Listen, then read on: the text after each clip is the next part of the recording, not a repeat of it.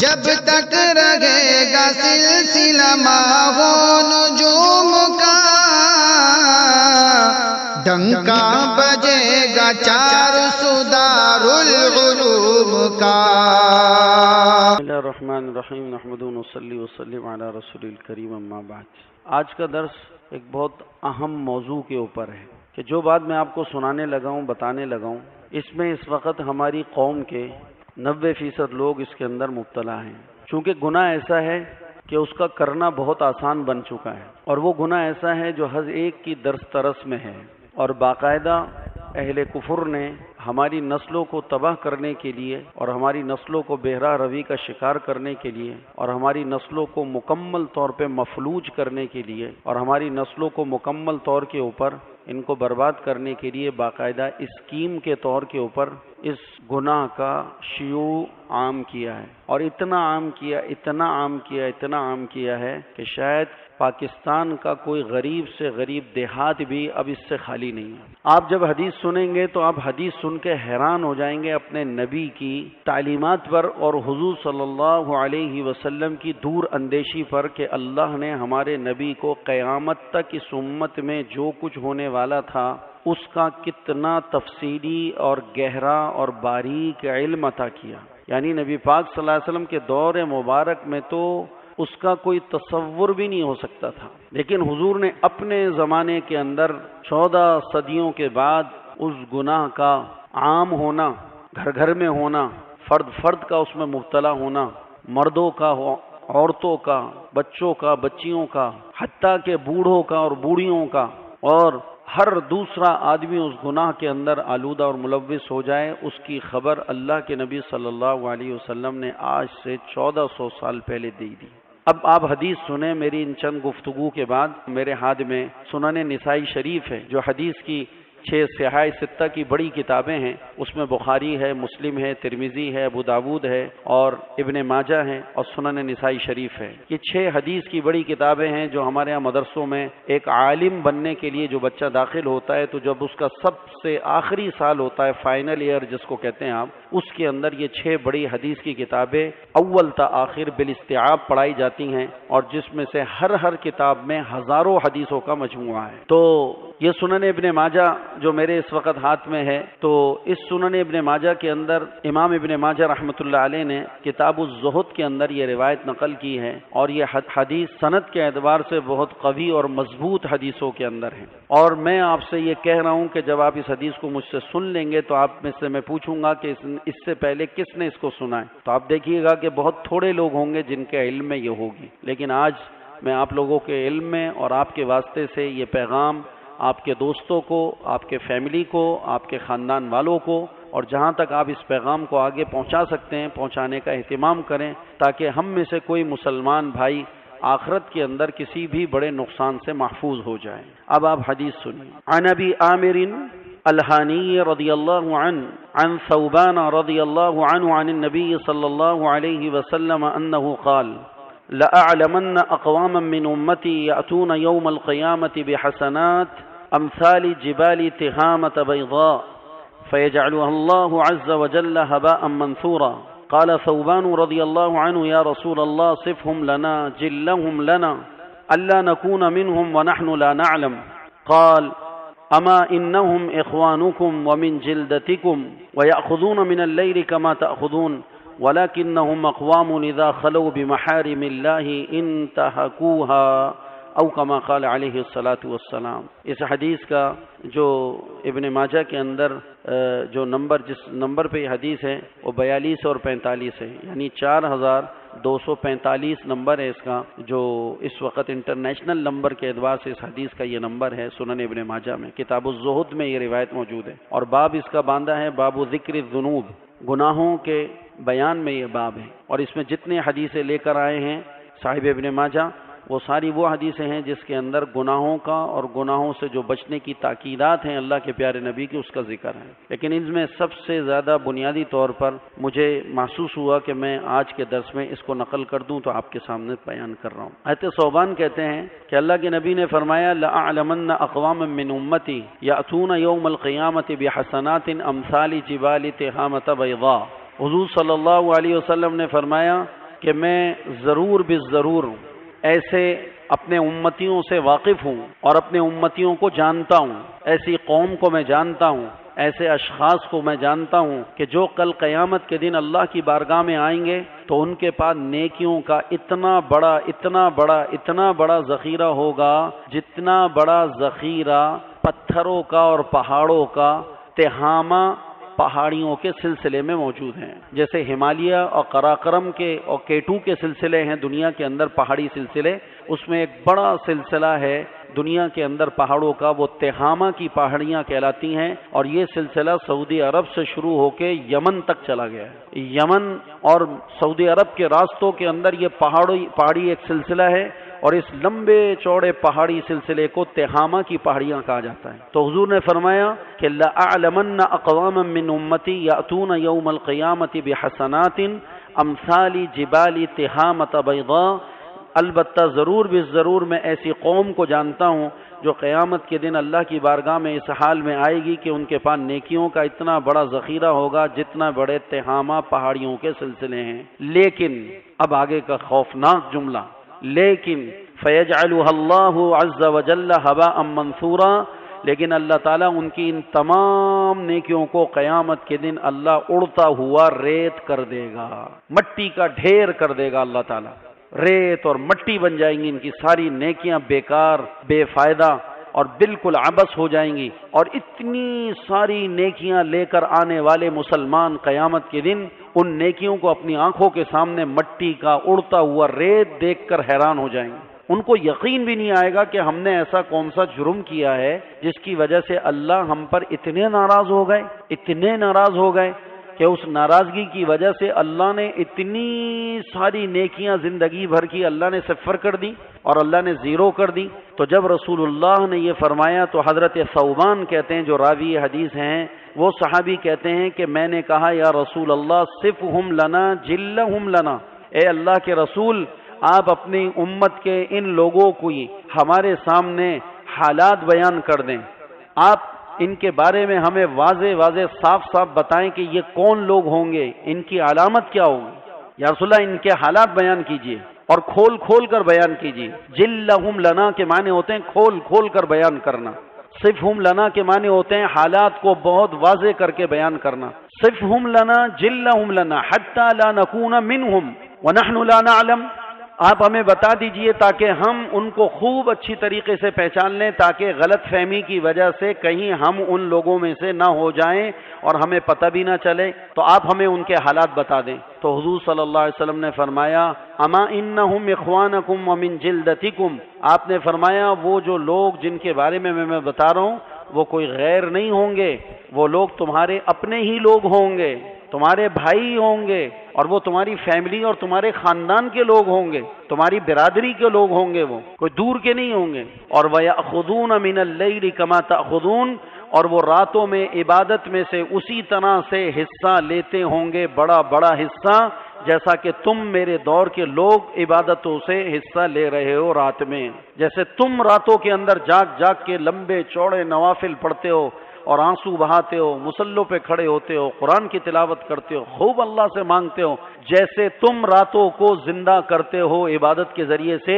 بالکل منعن تمہاری ہی طرح وہ عبادت کا ذوق رکھنے والے ہوں گے اور خوب عبادتوں میں زور خرچ کرنے والے ہوں گے، اور عبادتوں میں سے بہت بڑا وافر حصہ ان کو ملے گا۔ لیکن مسئلہ کیا ہوگا؟ وَلَكِنَّهُمْ أَقْوَامٌ إِذَا خَلَوْا بِمَحَارِمِ اللَّهِ انتهكوها، آپ نے فرمایا لیکن ان کا گناہ صرف ایک ہوگا، اور اس ایک گناہ کی نحوست کی وجہ سے ان کی زندگی کی ساری عبادتیں ختم ہو جائیں۔ اتنی عبادتیں کہ تہامہ پہاڑیوں کے سلسلے جتنی عبادتیں بھی زیرو ہو جائیں گی، اور گناہ کتنے ہوں گے؟ صرف ایک گناہ ہو، ایک گناہ کی وجہ سے اللہ ان سے اتنا ناراض ہو جائے گا کہ ان کی ساری زندگی کی عبادت کو صفر کر دے گا اور وہ ساری برباد ہو جائیں گے۔ وہ گناہ کیا ہوگا؟ اللہ کے نبی نے فرمایا کہ وہ گناہ اس قوم کا یہ ہوگا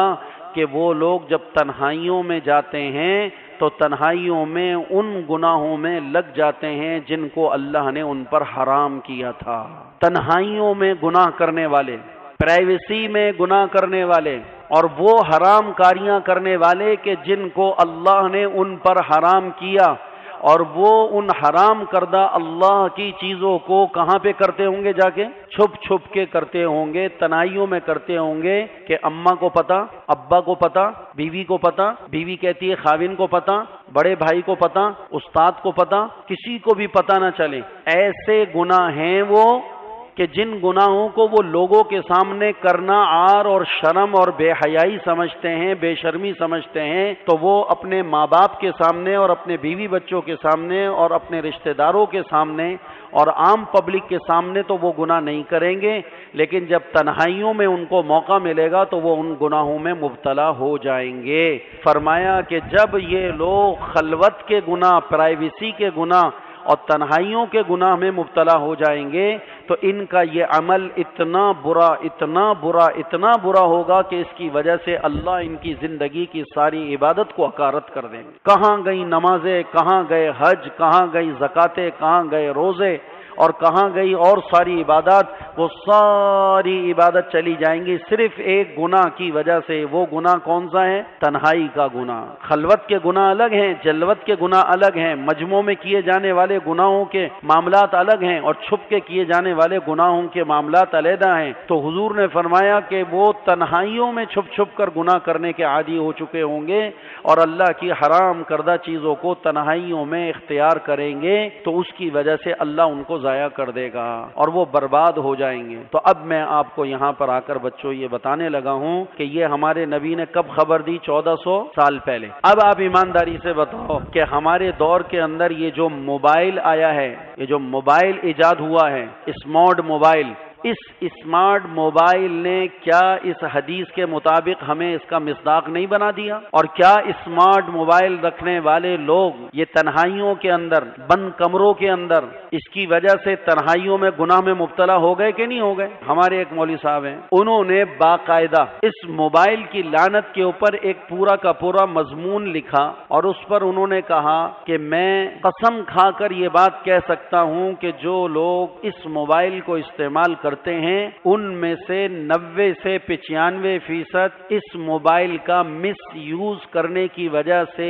اس کی گندگیوں میں جانے کی وجہ سے گناہگار ہیں اور یہ ہر ایک کو اپنی لپیٹ میں لے رہتا ہے، کسی کو نہیں بخشتا۔ اس میں پاور ایسا ہے، جادو ایسا ہے، اس کے اندر اٹریکشن ایسا ہے کہ بڑے بڑے اس کے اندر ملوث ہو جاتے ہیں اور اس میں بہہ جاتے ہیں۔ پھر اس کے بعد انہوں نے کہا کہ میں 6 مہینے کے بعد ایک تحریر اسی پر لکھوں گا دوبارہ 6 مہینے کے بعد، تو 6 مہینے تک کا میں پورے پاکستان کی پبلک کو یہ ٹائم دے رہا ہوں کہ آپ مجھ سے خط و کتابت کے ذریعے سے جو ان موبائلوں کو اپنے پاس رکھ کر آج تک کبھی انہوں نے اس کا غلط استعمال نہیں کیا تو وہ مجھے خط و کتابت کے ذریعے سے اس پتے کے اوپر اپنے نام کے ساتھ اور اپنی شناخت کے ساتھ مجھے خط لکھیں تاکہ میں 6 مہینے کے بعد جب تحریر لکھوں تو مجھے اس پر خوشی اور فخر ہو کہ میرے پاکستان میں رہنے والے بسنے والے مسلمان الحمدللہ اتنے ہزار اور اتنے سو اور اتنے لاکھ ایسے ہیں کہ جنہوں نے یہ لعنت اپنے پاس رکھی ہے اور آج تک کبھی اس کی وجہ سے کسی تنہائی کے گناہ میں مبتلا نہیں ہوئے۔ تو مولوی صاحب نے 6 مہینے کے بعد دوبارہ تحریر لکھی اور اس میں انہوں نے رب کعبہ کی قسم کھائی کہ میں اللہ کی قسم کھا کر کہہ رہا ہوں کہ پورے پاکستان سے میں اس تحریر کے آنے کا انتظار کرتا رہا کہ کوئی اللہ کا بندہ یا بندی یا کوئی جوان یا کوئی بوڑھا یا کوئی بوڑھی مجھے خط لکھ کر یہ کہہ دے کہ الحمدللہ میرے پاس یہ آلہ موجود ہے اور میں نے اس آلے کا آج تک کبھی غلط استعمال نہیں کیا۔ 6 مہینے تک مولوی صاحب نے انتظار کیا اور پھر 6 مہینے کے بعد دوبارہ تحریر لکھی اور فرمایا کہ یہ اس تحریر کی جو ہے حساسیت تھی، آج میں قوم کے سامنے 6 مہینے کے بعد لکھ کر یہ کہہ رہا ہوں کہ 6 مہینے کے اندر میرے پاس پورے پاکستان میں سے کسی ایک فرد کا بھی خط موصول نہیں ہوا۔ اور میں اپنے اس بچوں کو کہتا ہوں کہ آپ ایمانداری سے بتاؤ، اتنے سارے بیٹھے ہو کہ کیا آپ کے پاس اگر یہ موبائل فون، اسمارٹ فون موجود ہے تو کیا کبھی ایسا ہوا ہے کہ آپ نے آج تک اس کا مس یوز نہ کیا ہو؟ آپ اس میں مولانا طارق جمیل کو بھی سرچ کریں گے تو بھی آنکھوں کے زنا میں مبتلا ہو جائیں گے۔ اور یہ تو صرف میں آنکھوں کے زنا کی بات کر رہا ہوں اس سے آگے کی کیا کیا کیا کیا گندگیاں اس کے اندر جمع کر دی گئی ہیں، وہ تو آپ لوگ اس کو استعمال کرتے ہو تو آپ لوگوں کو اس کا بخوبی علم ہوگا۔ جس کے یہ ہاتھ لگا ہے اس کو اس نے تباہی کے دھانے پہ پہنچا دیا۔ اور یہ حدیث جو اللہ کے پیارے نبی کی آج سے 1400 سال پہلے بیان کی گئی تھی، تو اس وقت کسی کے تصور میں بھی نہیں تھا کہ تنہائیوں کے اندر نوجوان بچے اور بچیاں اور اسی طریقے سے بوڑھے اور بوڑھیاں کوئی تنہائیوں میں ان کو گناہ کا موقع ملے گا اور وہ گناہ کر جائیں گے۔ اس لیے میں یہاں پر ایک بات عرض کرنا چاہتا ہوں،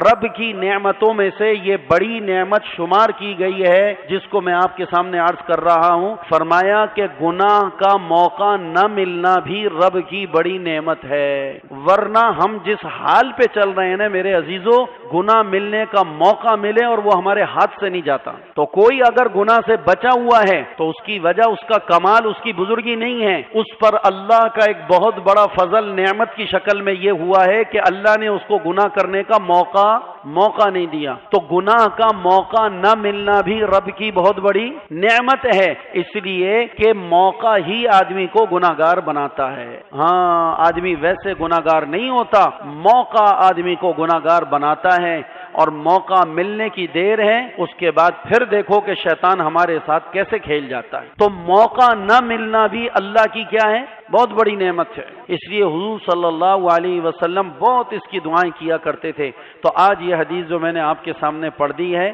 اور یہ حدیث آپ کے سامنے عرض کی ہے، اب بتاؤ یہ حدیث اس سے پہلے کس کس نے سن رکھی تھی؟ کھڑے ہو کر بتا دو۔ چلو، 500 کے مجمع میں سے 7 افراد کو یہ حدیث پتہ ہے، باقی سارا مجمع کہہ رہا ہے کہ ہمارے سامنے یہ زندگی میں پہلی دفعہ بات آئی۔ حضور نبی کریم صلی اللہ علیہ وسلم، یہ کتاب الزہد ابن ماجہ میرے ہاتھ میں حدیث کی بڑی 6 کتابیں ہیں، اس کے اندر کتاب الزہد کے اندر باب ذکر الذنوب کے تحت صاحب ابن ماجہ یہ روایت لے کر آئے۔ سند کے اعتبار سے بڑی قوی ترین یہ روایت ہے، اور اس روایت کا مصداق وہ لوگ ہیں جو تنہائیوں میں گناہ کرتے ہیں۔ تو اس کی وجہ شارحین نے لکھی ہے، یہ لکھی ہے کہ مجموع میں گناہ اس لیے نہیں کرتے کہ لوگوں سے ان کو کیا آتی ہے؟ شرم اور حیا آتی ہے، اور تنہائیوں میں اس لیے کر جاتے ہیں کہ اللہ سے شرماتے، تو لوگوں سے شرماتا ہے اس لیے لوگوں کے سامنے وہ سارے گڑبڑے نہیں کرتا، لیکن اللہ سے نہیں شرماتا، اس وجہ سے تنہائی میں جا کے وہ سب کچھ کر لیتا ہے۔ تو اب تنہائیوں میں گناہ کرنے کی وجہ سے اللہ اس لیے ناراض ہے کہ تو مخلوق کا خوف تو اپنے دل میں رکھتا ہے، اس وجہ سے ان کے سامنے گناہ کی جرت نہیں کرتا، تیرے دل کے اندر رب کا خوف نہیں ہے، اس لیے تنہائیوں کے اندر تو گناہ کر لیتا ہے، حالانکہ تیرے رب کے سامنے تو تیری تنہائی بھی تیری جلوت کی طرح ہے، تیری خلوت بھی تیری جلوت کی طرح ہے۔ اللہ تعالیٰ قرآن پاک میں کتنی آیات کے اندر یہ ہم سے کہتے چلے گئے، سواء منکم من اسر القول ومن جہر بہ ومن هو مستخف باللیل وسارب بالنہار۔ اللہ کے لیے تو دونوں صورتیں برابر ہیں، تم چھپ چھپ کر سرگوشی کر کے بات کرو کہ کسی نے بھی نہیں سنا، یا تم زور زور سے بات کرو سب کو سناؤ۔ اللہ کہتے ہیں تمہاری بات چھپ کر ہو یا زور سے ہو، دونوں اللہ کے لیے برابر ہیں، وہ تو تمہارے دلوں کے حال کو جانتا ہے۔ اس لیے اپنی تنہائیوں کو پاکیزہ کرنا بہت ضروری ہے۔ اور نوجوان بچوں سے میں یہ کہوں گا، کوشش کرو کہ کبھی بھی ایسی جگہ رہنے کا ارادہ نہ کرو اور ایسی جگہ اپنا بستر نہ ڈالو جہاں پر آپ کو تنہائی مل رہی ہو، اس لیے کہ موقع آدمی کو گناہگار بنا دیتا ہے، اور گناہ کا موقع نہ ملنا یہ اللہ کی بہت بڑی نعمت ہے۔ بالکل تنہائیوں میں مت رہو، بالکل پرائیویسیوں کا خیال دل سے نکال دو۔ ہماری کوئی پرائیویسی نہیں ہے، ہم نے کسی قسم کی پرائیویسی کا ماحول نہیں بنانا، ہمارا کمرہ علیحدہ نہیں ہونا چاہیے، ہماری اسٹڈی روم علیحدہ نہیں ہونا چاہیے، ہمیں پڑھنے کے لیے الگ جگہیں نہیں چاہیے، مطالعے کے لیے الگ جگہیں نہیں چاہیے، ہم تنہائی پسند نہ بنے بلکہ ہم مجموعوں میں رہیں، ہم فیملیوں کے ساتھ رہیں، اپنے بہن بھائیوں کے ساتھ گھل کر رہیں، ہمارے بسترے آزادانہ کمروں میں لگے ہوئے ہونا چاہیے، ہم کھلی اوپن جگہوں پہ رہنے کا اپنے آپ کو عادی بنائیں، اس لیے کہ موقع آدمی کو گناہگار بناتا ہے، اور گناہ کا موقع نہ ملنا اللہ کی بہت بڑی نعمت ہے۔ گناہگار آدمی کو موقع بناتا ہے، جہاں موقع ملے گا شیطان کھیل جائے گا۔ اس لیے پہلا کام تو یہ کرنا چاہیے کہ ہم میں سے ہر آدمی اس کا اہتمام کرے، خصوصاً نوجوان بچے، کہ وہ اسمارٹ فون اپنا بالکل ہی رکھیں، اس کا کوئی فائدہ نہیں ہے۔ ہزاروں لاکھوں نقصانات اس کے بتائے جا سکتے ہیں، لیکن اس کا فائدہ کوئی نہیں بتایا جا سکتا، اور جن کو ہم فائدہ سمجھ کر اس کو استعمال کر رہے ہیں وہ فائدے نہیں ہیں، وہ فائدوں کا صرف ہمارے کو جھانسا دے کر ہمارے کو شکار کرنا مقصود تھا باطل کا، اس لیے اس نے ہمیں جھانسا دے دیا۔ اور جتنا اس وقت کے اندر پورے پاکستان کے اندر گناہ کا ماحول بنائے اور جتنا زیادہ بے حیائی اور فحش کا ماحول بنائے، اس کے پیچھے جتنا بڑا کام اس موبائل نے کیا ہے شاید اس سے پہلے کسی اور طاقت نے نہ کیا۔ تو یہ حدیث ہمارے پیارے نبی علیہ الصلوۃ والسلام کی ہمارے لیے بہت بڑا ایک درس اور سبق ہے۔ ٹھیک ہے، موبائل ایک ضرورت بن گئی ہے، اس لیے ہم کہتے ہیں چلو بھائی وہ سادہ سا موبائل جو ہے، حضرت تقی صاحب کی تو رائے یہی ہے کہ بھئی موبائل چونکہ ایک ضرورت بن گئی ہے اس لیے اب ہر آدمی رکھتا ہے، تو چلو فون سننے کے لیے، فون کرنے کے لیے، اور ہمارے پاس ایک ایسا آلہ ہو جس سے ہمارے گھر والے ہم سے جب رابطہ کریں تو ان کو ہماری خیریت فوری مل جائے، اور ہمیں اپنے گھر والوں سے کوئی پیغام یا اپنا کوئی کاروباری یا اپنا کوئی اس قسم کا کرنا ہو تو ہم اس کے ذریعے سے اس کو کر سکیں۔ باقی اس کے علاوہ دیگر سارے کام ہمارے اور دوسری مشینوں سے، آلات سے اور دوسرے ذرائع سے ہو سکتے ہیں۔ چلو ایک فون سننے کا مسئلہ ہے تو ایک ہلکا پھلکا سا 1000-1500 والا جس میں نہ تصویر کھینچنے کا مسئلہ آوے، جس کے اندر نہ اور چیزوں کے مسائل ہوں، اور ہم فون سننے کے طور کے اوپر PTCL کے طور کے اوپر اس کو استعمال کریں، تو حضرت تقی صاحب فرماتے ہیں کہ بھئی اس کی گنجائش ہے اور اس کو کر سکتے ہیں۔ لیکن جہاں تک PTCL والے فون کے علاوہ کا جو انداز ہے جو اب نئے فونوں میں آ گیا ہے، تو یہ تو سارا کا سارا تباہی کا سامان ہے۔ اسے اپنے آپ کو بچا لیں گے تو بچ جاویں گے، اور اگر اپنے آپ کو ہم نے نہیں بچایا تو یہ ہمیں روز بروز اس گڑھے میں گرا کر چھوڑے گا کہ ہماری زندگی کی عبادت کو کھا جائے۔ تو